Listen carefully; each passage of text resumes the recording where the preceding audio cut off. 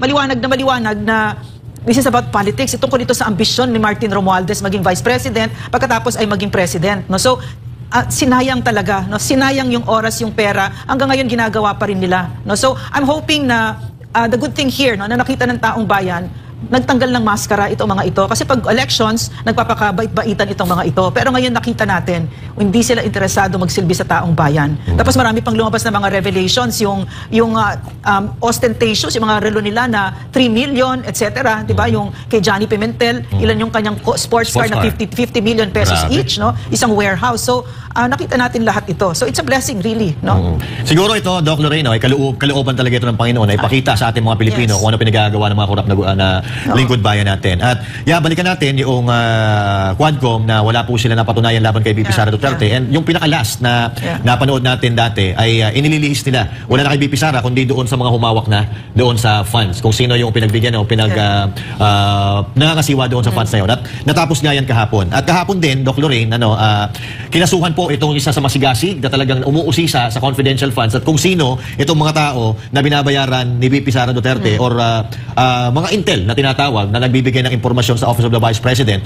Ang isa sa pinaka-maingay dyan ay si Franz Castro na kahapon nga ay kinasuhan na ng mga kababayan natin, yung mga kapatid natin ng mga IP sa nakasama ang magaling na abogado ng SMNI at KOJC na si Atty. Torion. Ngayon, Franz Castro, humanda-handa ka na kasi sa tingin, ang bali-balita ko, may mga kwento-kwento na may bihira matalo sa kaso itong si Atty. Torion. Talagang napakagaling naman ito.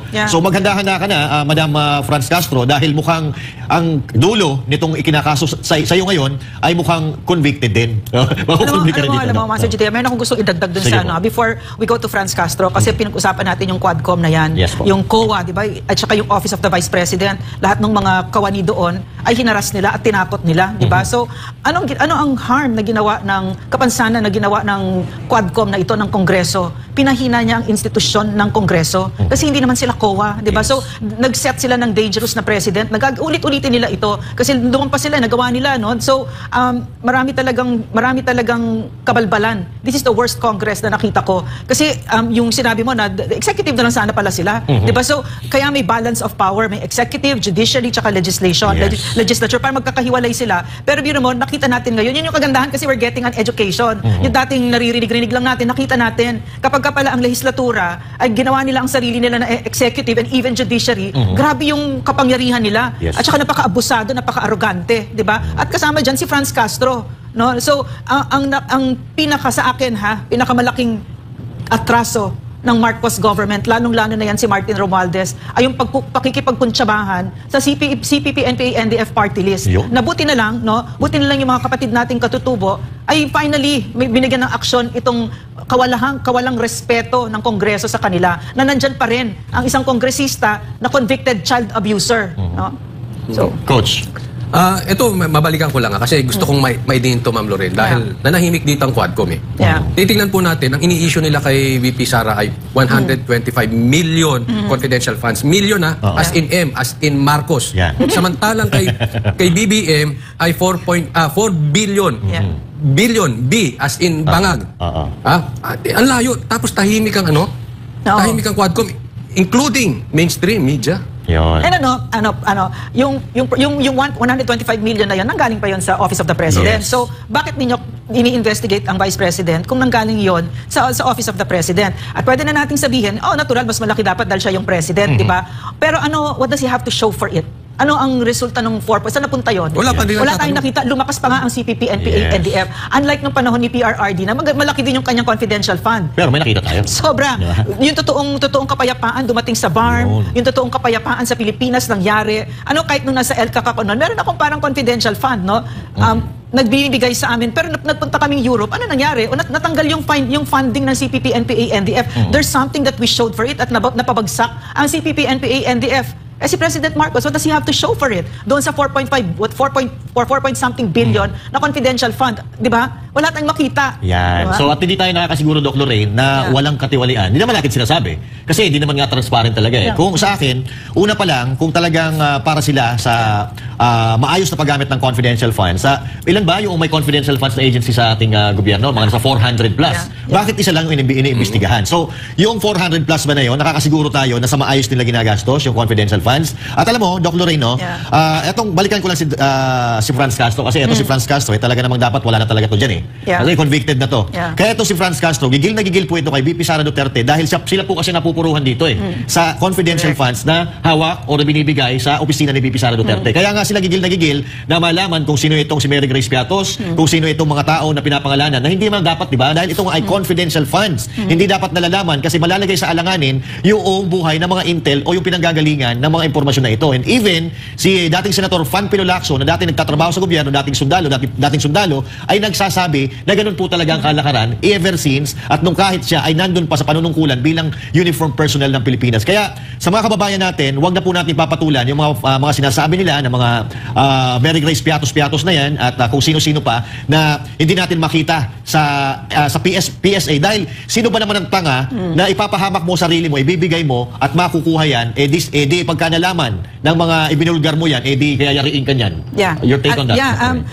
Baka lingid sa kaalaman ng ating mga kababayan, yung idea na yan, na yung confidential funds na yan, idea yan ng CPP, NPA, NDF. Ipitin natin si VP dyan tungkol sa confidential funds na yan. At bakit?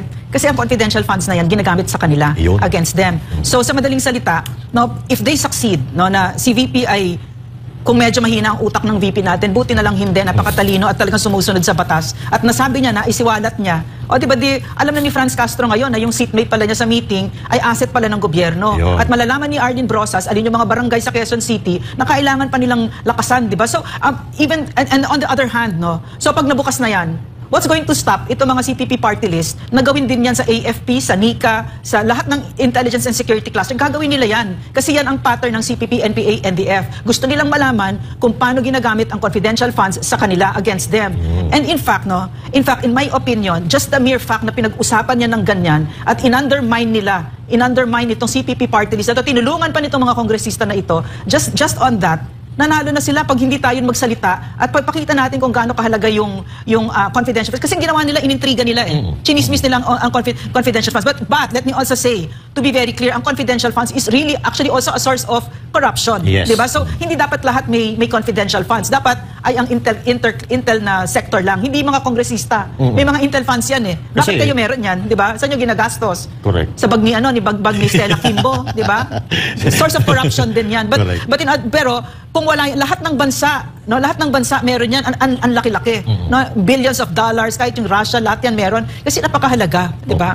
Ma'am, matanong ko lang kasi medyo nababanggit nyo, susundan ko yung mga sinabi ninyo na patungkol dito sa mga CPP, NPA na to. And nawe-weaponize sila, ma'am. Hindi ba delikado na yung kalagayan natin na considering na ito ay pinatahimik ni PRRD, ngayon, sila ang bida? Yes. We are this is something that I feel very strongly about. At saka ito yung number one sa akin na atraso ni Bongbong Marcos. No? Binigay sa kanya ang isang CPP na naghihingalo na, konti na lang, isang kembot na lang, tapos na yan. Just gawin mo lang yung prescription, declared terrorist na sila, etc. Nandiyan na yung framework. No? Out of 87 plus na guerrilla fronts, ilan na lang natira? 7? Something like that. No? So konti na lang. Pero ano nangyari? Nakipagkuntsabahan. So hindi natin ito patatawarin. Yung ginawa ng gobyernong ito. Ang ibig sabihin nito, from where I'm sitting, no, pag hindi tayo gumalaw, uulit na naman yung 56 years na pagsira sa Pilipinas ng CPP, NPA, NDF kasi lumalakas na sila. Alam mo ba sila Arlene Brosas, yung Gabriela, yan man, Kabataan, etc. No, bumababa na yan, itong Kabataan, Bayan Muna, ACT, Gabriela, bumababa na sila at nakikipag-ayuda din sila. No, nag-aayuda din. So, bakit? Kasi nag-vote buying din sila para makabalik sila sa Kongreso. So, pag nakabalik na naman sila sa Kongreso, nakita naman natin kung anong kalokohan ang pinaggagawa ng CPP, NPA, NDF sa loob ng Kongreso. Yan ang hindi kapatapatawad na pagtatraidor. No?